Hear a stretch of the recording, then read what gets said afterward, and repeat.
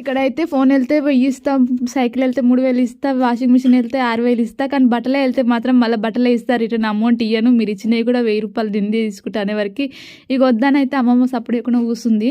కానీ ఆయన అయితే మా ముందలైతే ఒకటైతే నేనే తీసి చూపిస్తా, అందులో ఏం వెళ్తుందో చూడండి, ఒకటైతే ట్రైల్ వేద్దాం అని అయితే ఒకటి ఇప్పి చూపిస్తే అందులో అయితే 3000 సైకిల్ అయితే వెళ్ళింది. ఇక అది చూసి మా వాళ్ళు అయితే టెంప్ట్ అయిపోయినట్టున్నారు. ఇంకా నేనైతే ఇక వద్దులే తీసుకోకుండా అని చెప్పి ఇంట్లోకైతే చెప్పేసి వచ్చింది. ఇంకా నేను ఇంట్లోకి వచ్చిన కొద్దిసేపటికి మా అమ్మ అయితే గుడ్రెస్ తీసుకొని ఇంట్లోకి అయితే వచ్చింది. అరే ఎందుకు తెచ్చినావమ్మ చెమటని ముంగల శంఖ ముదినట్టు ఎంత చెప్పినా వినకపోకుండా తీసుకొని వచ్చినావు, ఆడ వచ్చింది లేదు వేసింది లేదు చూసినావా, లాస్ట్కి వస్తే ఇట్లా అవుతుంది అని చెప్తే అరే ఇక ఏమో చూద్దాము ట్రై చేద్దాం మన లక్ ఎట్లుంటుందో అనుకొని అయితే ట్రై చేసినా. ఇక రాకపోయి ఇక ఇంకేం ట్రై చేయనులే అని అయితే మా అమ్మ ఉన్నది. ఇక అట్లే అమ్మమ్మ కూడా ఒకసారి ట్రై చేద్దామని చెప్పి అయితే తీసిందంటే ఇక ఆమెకైతే ఫస్ట్ టైమే ఫోన్ వచ్చింది. ఫోన్ రావడం వల్ల వాడు బట్టలు ఫ్రీ మళ్ళీ 1000 రూపీస్ అయితే ఇచ్చిండంట.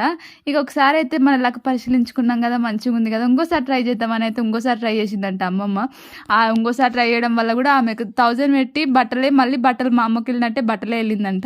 బట్టలు అయితే తీసుకొని కదా 500 మీరే పెట్టుకోని అని చెప్పింది. మళ్ళీ చూద్దాం మళ్ళీ ఇంకోసారి ట్రై చేసుకుందామని మళ్ళీ 500 పెట్టి అయితే మళ్ళీ చూస్తే మళ్ళీ బట్టలే వెళ్ళినాయి. ఇంకా మీకు ఇక లాస్ట్కి వస్తే నెత్తికి చేతులు పెట్టుకొని కూర్చున్నది. ఎంత లక్ ఉన్నా సరే వీళ్ళంతా మాయ చేస్తారు. ఆయన మన ముందరనే అన్నీ చేస్తున్నాడు కానీ ఏం మాయనో ఏం మంత్రమో అర్థం కాదు. కానీ అంత వింత వింతగా మనమే లాస్ అయినాం. ఇంకా మా అమ్మమ్మ అయితే ఇద్దరైతే లాస్ అయిపోయారు ఈ బిజినెస్లో. ఆయన అయితే మంచిగా ప్రాఫిట్ కొట్టుకొని అయితే వెళ్ళిపోయింది. ఇంకా 150కి వచ్చే బట్టలని 500 పెట్టి తీసుకున్నారు. ఇక